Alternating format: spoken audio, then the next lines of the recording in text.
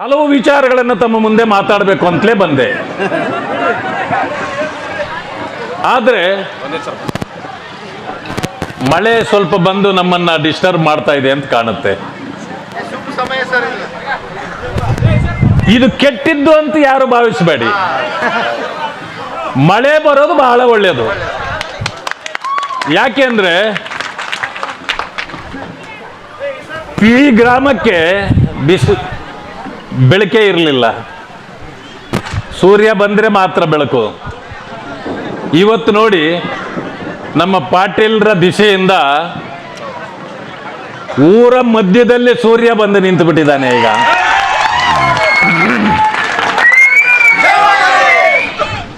ಯಾರು ಸೂರ್ಯ? ಬಾಬಾ ಸಾಹೇಬ್ ಅಂಬೇಡ್ಕರ್ ರವರು. ಅವರು ಈ ಊರಿಗೆ ಮಾತ್ರ ಅಲ್ಲ, ಈ ದೇಶಕ್ಕೆ ಬಾಬಾ ಸಾಹೇಬ್ ಅಂಬೇಡ್ಕರ್ ಅವರು ಒಬ್ಬರೇ ಸೂರ್ಯ, ಬೇರೆ ಯಾರೂ ಆಗಲಿಕ್ಕೆ ಸಾಧ್ಯ ಇಲ್ಲ. ನೀವು ಈ ಊರಿನಲ್ಲಿ ನೋಡಿ, ಬೀದರ್ನಲ್ಲಿ ನೋಡಿ, ಗುಲ್ಬರ್ಗ ನೋಡಿ, ಆಂಧ್ರದಲ್ಲಿ ನೋಡಿ, ತಮಿಳುನಾಡಿನಲ್ಲಿ ನೋಡಿ, ಯಾಕೆ ವೆಸ್ಟ್ ಬೆಂಗಾಲ್ ನೋಡಿ, ಎಲ್ಲಿ ನೋಡಿದ್ರು ಬಾಬಾ ಸಾಹೇಬ್ ಅಂಬೇಡ್ಕರ್ ಇದ್ದಾರೆ. ಇಷ್ಟೊಂದು ಪ್ರಚಾರದಲ್ಲಿರ್ತಕ್ಕಂಥವ್ರು, ಇಷ್ಟೊಂದು ಮೇಧಾವಿ ಯಾರೂ ಇರಲಿಕ್ಕೆ ಸಾಧ್ಯ ಇಲ್ಲ. ಆದರೆ ಮಳೆ ಬರ್ತಾ ಇರೋ ಕಾರಣದಿಂದ ನನ್ನ ಭಾಷಣವನ್ನು ಸಣ್ಣದಾಗಿ ಮಾಡ್ತೇನೆ. ನಾನು ಬರುವಾಗ ನೀವು ಹೇಳ್ತಾ ಇದ್ರಿ, ಸಂವಿಧಾನ ಶಿಲ್ಪಿ ಬಾಬಾ ಸಾಹೇಬ್ ಅಂಬೇಡ್ಕರ್ ಅಂತ ಹೇಳಿದ್ರಿ. ಇದು ಸತ್ಯನಾ? ಅವರು ಸಂವಿಧಾನ ಶಿಲ್ಪಿನ? ಅನುಮಾನ ಯಾರಿಗಾದ್ರೂ ಇದೆಯಾ? ಇಲ್ಲ. ಆಗಿದ್ರೆ ರಾಹುಲ್ ಗಾಂಧಿ ಅವರು ಒಂದು ಸಂವಿಧಾನದ ಪುಸ್ತಕ ಕೈಯಲ್ಲಿ ಹಿಡ್ಕೊಂಡು, ಇದು ಈಗ ಬರೆದಿರೋದಲ್ಲ, 1000 ವರ್ಷ ಹಿಂದೆ ಬರೆದಿರೋದು ಅಂತ ಹೇಳಿದ್ರಲ್ಲ, ಅವಾಗ ನಿಮ್ಗೇನಿಸ್ತು? ನಿಮ್ಗೇನಿಸ್ತು? ಅವರನ್ನು ಹುಚ್ಚಾಸ್ಪಟ್ಲಿಗೆ ಕಳಿಸ್ಬೇಕು ಅಂತ ಅನ್ಸ್ಲಿಲ್ವಾ? ಬಾಬಾ ಸಾಹೇಬರ ಬಗ್ಗೆ ಯಾರಾದರೂ ಈ ರೀತಿ ತಪ್ಪು ಮಾಡಿದ್ರೆ ನಾವು ಸಹಿಸ್ಕೊಂಡು ಸುಮ್ಮನೆ ಇರ್ಬೇಕಾ? ಇದು 1000 ವರ್ಷ ಆಯ್ತಾ ಸಂವಿಧಾನ ಬರೆದು? ಎಂಥ ವಿಪರ್ಯಾಸ ಇದು! ತಿರುಗಿ ಹೇಳ್ತಾರೆ, ಬಾಬಾ ಸಾಹೇಬ್ ಅಂಬೇಡ್ಕರ್ ಅವರು ಬರೆದಿರ್ತಕ್ಕಂಥ ಸಂವಿಧಾನವನ್ನು ಬಿಜೆಪಿ ಅಧಿಕಾರಕ್ಕೆ ಬಂದ್ರೆ ತೆಗೆದು ಬಿಡ್ತಾರೆ ಅಂತಾರೆ. ಈಗ ಅಪಮಾನ ಮಾಡ್ತಾ ಇರೋರು ಯಾರು? ಅವ್ರಿಗೆ ಉತ್ತರ ಕೊಡ್ಬೇಕಿಲ್ಲ? ಅದಾಯ್ತು. ಭಾರತ ರತ್ನ ಬಾಬಾ ಸಾಹೇಬ್ ಅಂಬೇಡ್ಕರ್ ಅಂತ ಕೂಗಾಡಿದ್ರಿ ಈಗ ನೀವು.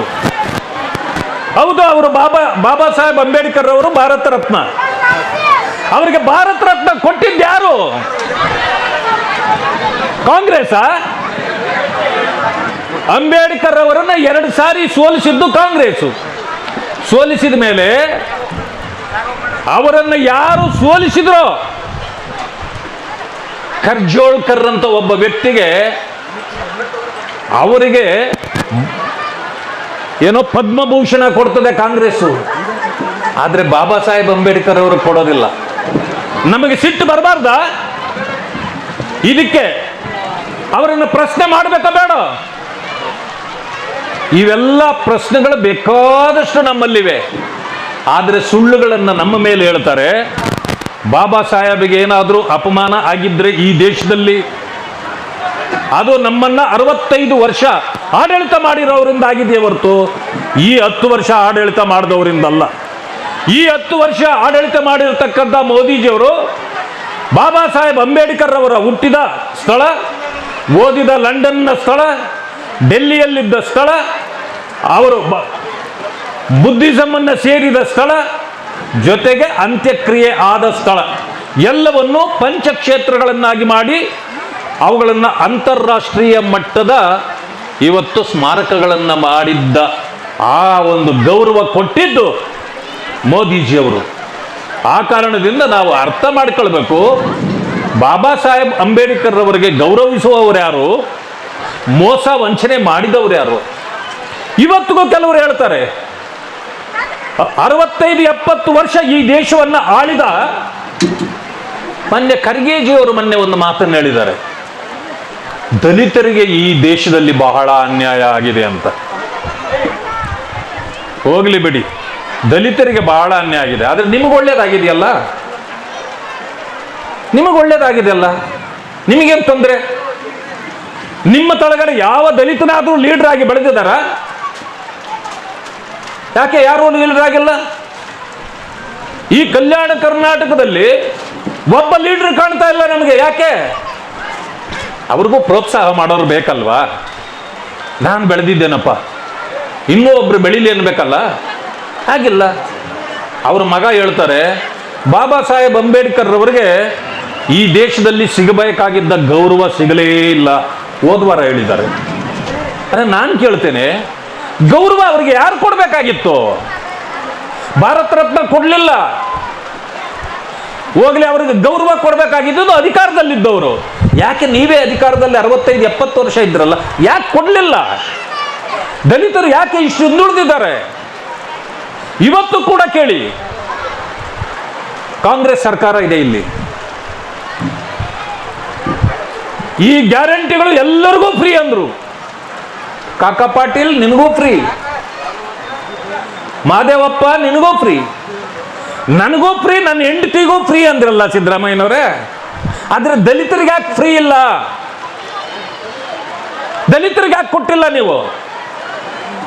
ಕೇಳಿದ್ರೆ ಎಲ್ರಿಗೂ ಫ್ರೀ, ದಲಿತರಿಗೆ ಮಾತ್ರ SCP TSP ಹಣದಲ್ಲಿ ಅವ್ರಿಗೆ ಉದ್ಧಾರಕ್ಕೆ ಇಟ್ಟಿದ್ದ ಹಣ ಅವ್ರಿಗೆ ಕೊಟ್ಟು ಅದು ಗ್ಯಾರಂಟಿ ಅಂತಾರೆ. ಇದು ನೀವು ಮಾಡಿದ ಗ್ಯಾರಂಟಿ ಮೋಸ ಅಲ್ವಾ? ಇದನ್ನು ಪ್ರಶ್ನೆ ಮಾಡಬಾರ್ದ?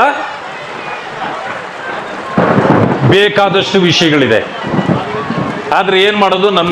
ನನ್ನ ತಾಯಂದಿರೆಲ್ಲ ನಿಂತು ಕೇಳ್ತಿದ್ದಾರೆ, ನನ್ನ ಅಣ್ಣ ತಮ್ಮಂದರು ಕೂಡ ನಿಂತು ಕೇಳ್ತಿದ್ದೀರಿ. ಮಳೆ ಬರ್ತಾ ಇದೆ, ಆದರೆ ನನ್ನ ಸೌಭಾಗ್ಯ, ಇಂಥ ಊರಿಗೆ ನಮ್ಮ ಪಾಟೀಲ್ರವರು ನನ್ನನ್ನು ಕರೆಸಿ, ಖೂಬಾ ಅವರು ಬಂದಿದ್ದಾರೆ ಜೊತೆಯಲ್ಲಿ, ನನ್ನನ್ನು ಕರೆತಂದು ಬಾಬಾ ಸಾಹೇಬ್ ಮೂರ್ತಿಯನ್ನು ಇಲ್ಲಿ ಪ್ರತಿಷ್ಠಾಪನೆ ಮಾಡಿ ನಿಮ್ಮೆಲ್ಲರನ್ನು ಭೇಟಿ ಮಾಡ್ತಕ್ಕಂಥ ಅವಕಾಶವನ್ನು ನನಗೆ ಕೊಡಿಸಿದ್ರಲ್ಲ, ನಾನು ತಮ್ಮೆಲ್ಲರಿಗೂ ಆಭಾರಿಯಾಗಿದ್ದೇನೆ.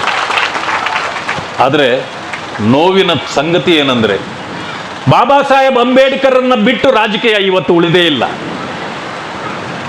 ಕಾಂಗ್ರೆಸ್ನವ್ರಿಗೂ ಬಾಬಾ ಸಾಹೇಬ್ ಅಂಬೇಡ್ಕರ್ ಅವರೇ ಬೇಕು, BJPಯವ್ರಿಗೂ ಬಾಬಾ ಸಾಹೇಬ್ ಅಂಬೇಡ್ಕರ್ ಅವರಿಗೆ ಬೇಕು, ಯಾರು DMKಗೂ ಅವರೇ ಬೇಕು, ಜನತಾದಳಕ್ಕೂ ಅವರೇ ಬೇಕು, ಇನ್ಯಾರ್ಯಾರಿಗೆ ಬೇಕು ಎಲ್ಲರೂ ಅವರೇ ಬೇಕು. ಯಾಕೆ ಹೇಳಿ?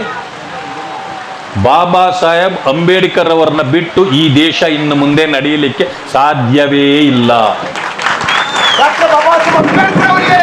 ಬಾಬಾ ಸಾಹೇಬ್ ಅಂಬೇಡ್ಕರ್ ಅವರಿಗೆ ಇವತ್ತು ಹೆಚ್ಚಿನ ಗೌರವ ಕೊಟ್ಟಿದ್ರೆ ಅದು ಭಾರತೀಯ ಜನತಾ ಪಕ್ಷ. ನಮ್ಮ ಮೇಲೆ ಬೇಕಾದಷ್ಟು ಅಪಾದನೆಗಳನ್ನು ಮಾಡಿದ್ರು, ಯಾಕಂದ್ರೆ ಅವರು ಅಧಿಕಾರದಲ್ಲಿದ್ದರು, ನಾವು ಅಧಿಕಾರದಲ್ಲಿ ಇರಲಿಲ್ಲ. ಈಗ ಸಂವಿಧಾನ ತೆಗೆದು ಬಿಡ್ತಾರೆ, ಮೀಸಲಾತಿ ತೆಗೆದು ಬಿಡ್ತಾರೆ. ಅರೆ ಅದನ್ನೆಲ್ಲ ಕೇಳಿ ನಮ್ಮ ಜನರು BJPಯನ್ನು ವಿರೋಧ ಮಾಡ್ತಾರೆ. ಆದರೆ ನಾನು ಕೇಳ್ತೇನೆ, ಸಂವಿಧಾನ BJP ಇದು ರಾಹುಲ್ ಗಾಂಧಿ ಬರೀಲೇ ಇಲ್ಲ ಅಂದ್ರೆ ಒಬ್ರು ಮಾತಾಡ್ತಾ ಇಲ್ಲ. ಯಾಕೆ? ಬಾಬಾ ಸಾಹೇಬ್ ಅಂಬೇಡ್ಕರ್ ಅವರು ಹೇಳ್ತಾರೆ, ಕಾಂಗ್ರೆಸ್ ಸುಡುವ ಮನೆ, ದಲಿತರೇ ನೀವು ಅಲ್ಲಿ ಹೋಗಬೇಡಿ, ನಿಮಗಲ್ಲಿ ಭವಿಷ್ಯ ಇಲ್ಲ, ನೀವು ಸುಟ್ಟು ಹೋಗ್ತೀರಿ ಅಂದ್ರೆ ಅಲ್ಲೇ ಹೋಗಿ ತೂರ್ಕತ್ತಾರೆ, ಅಲ್ಲೇ ಹೋಗಿ ತೂರ್ತಾರೆ. ಯಾಕೆ? ಬಾಬಾ ಸಾಹೇಬ್ ಅಂಬೇಡ್ಕರ್ ಮೇಲೆ ದಲಿತ ಬಂಧುಗಳಿಗೆ ನಂಬಿಕೆ ಇಲ್ವಾ? ವಿಶ್ವಾಸ ಇಲ್ವಾ? ಅವ್ರು ಹೇಳಿದ ಮಾತು ಕೇಳಬೇಕಾಗಿಲ್ವಾ? ಅಂಬೇಡ್ಕರ್ ಅವರಿಗಾಗಿ ಪ್ರಾಣ ಕೊಡ್ತೀವಿ ಅನ್ನೋರು ಕೂಡ ಅಲ್ಲಿ ಹೋಗಬೇಡಿ ಅಂತ ಅವರೇ ಹೇಳಿದ್ರು, ಅಲ್ಲೇ ಹೋಗಿ ತೂರ್ಕೊಳ್ತಾರಲ್ಲ. ಯಾಕೆ? ಈ ಕಾರಣದಿಂದ ಇರಲಿ, ಹೋಗಿರುತ್ತೆ ಬಿಡು. ಮುಂದೊಂದು ದಿನ ಬರ್ತೇನೆ, ಹಲವಾರು ವಿಷಯಗಳ ನಿಮ್ಮ ಮುಂದೆ ಚರ್ಚೆ ಮಾಡೋದಿದೆ, ಮಾಡ್ತೇನೆ. ಇವತ್ತಿನ ದಿವಸ ನಾನು ಕೂಡ ಮುಂದೆ ಹೋಗಬೇಕಾಗಿದೆ. ಮಳೆಯಲ್ಲಿ ತಾವೆಲ್ಲ ನೆನೀತಾ ಇದ್ದೀರಿ, ಮುಖಂಡರುಗಳೆಲ್ಲರೂ ಕೂಡ ಇಲ್ಲಿ ಕುಳಿತಿದ್ದಾರೆ. ಎಲ್ಲರಿಗೂ ಕೂಡ ವಂದನೆಗಳು ತಿಳಿಸಿ ನನ್ನ ಮಾತುಗಳಿಗೆ ಮುಕ್ತಾಯ ಮಾಡ್ತೀನಿ. ನಮಸ್ಕಾರ.